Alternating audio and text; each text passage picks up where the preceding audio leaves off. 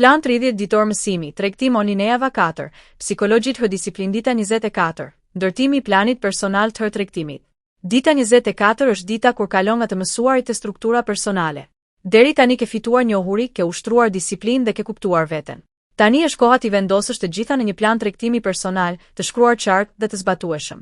Qëllimi I kësaj dite është të krijosh planin tënd të tregtimit, të përcaktosh orarin, tregjet dhe rregullat, të ndërtosh kornizë të qëndrueshme profesionale.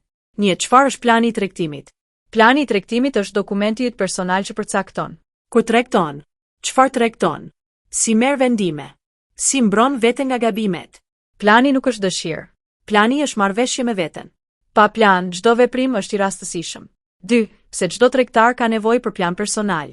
Tregtarët që nuk kanë plan ndryshojnë mendim shpesh, reagojnë me emocione, nuk dinë pse fitojnë ose humbin. Tregtarët me plan veprojnë me qetësi, dinë kur të ndalen, matin përparimin real. Plani nuk garanton fitim, por garanton kontroll. 3. Përcaktimi I orarit të tregtimit. Orari është themeli I disiplinës. Duhet të përcaktosh në cilën orë analizon, në cilën orë mund të veprosh, në cilën orë mbyll platformën.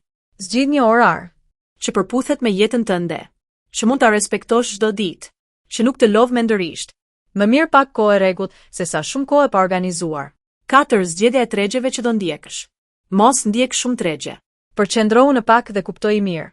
Plani yt duhet të thotë qartë. Cilat tregje ndjek, cilat nuk I prek fare. Kjo ul konfuzionin, rrit fokusin, përmirëson cilësinë e vendimeve. Njohja e thellë e pak tregjeve është më e vlefshme se njohja sipërfaqësore e shumë tregjeve. 5. Rregullat e hyrjes në treg. Këto janë rregullat më të rëndësishme të planit. Duhet të shkruash qartë. Në çfarë kushtesh lejohet hyrja? Cilat elemente duhet të jenë të pranishme? Kur nuk lejohet hyrja? Nëse një kusht mungon, nuk vepron. Rregullat ekzistojnë për ditët e vështira, jo për ditët e lehta. 6. Rregullat e mbrojtjes së kapitalit. Në plan duhet të jenë të shkruara. Kufiri maksimal I humbjes për veprim. Kufiri maksimal I humbjes për ditë. Raporti rrezik, përfitim minimal. Këto rregulla nuk negociohen, nuk ndryshohen gjatë veprimit. Respektohen pa përjashtim. Mbrojtja vjen para fitimit. Gjithmonë. 7. Rregullat e disiplinës ditore. Plani duhet të përfshijë edhe maksimumin e veprimeve në ditë. Çfarë bën pas një humbjeje? Kur ndalon tregtimin? Këto rregulla mbrojnë mendjen, ruajnë qetësinë, parandalojnë veprimet impulsive. Disiplina nuk është ndjenjë, është strukturë. 8. Shkrimi I planit në mënyrë të thjeshtë.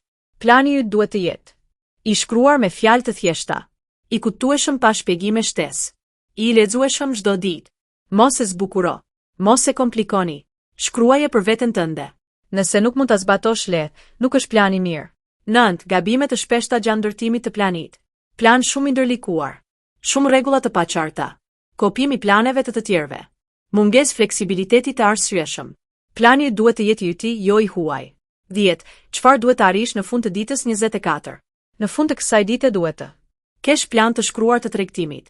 Dish sakt ku dhe si vepron. Ndihesh më I qetë përpara tregut.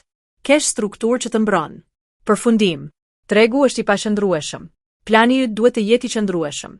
Kush ka plan, ka drejtim. Kush nuk ka plan, ka vetëm shpresë.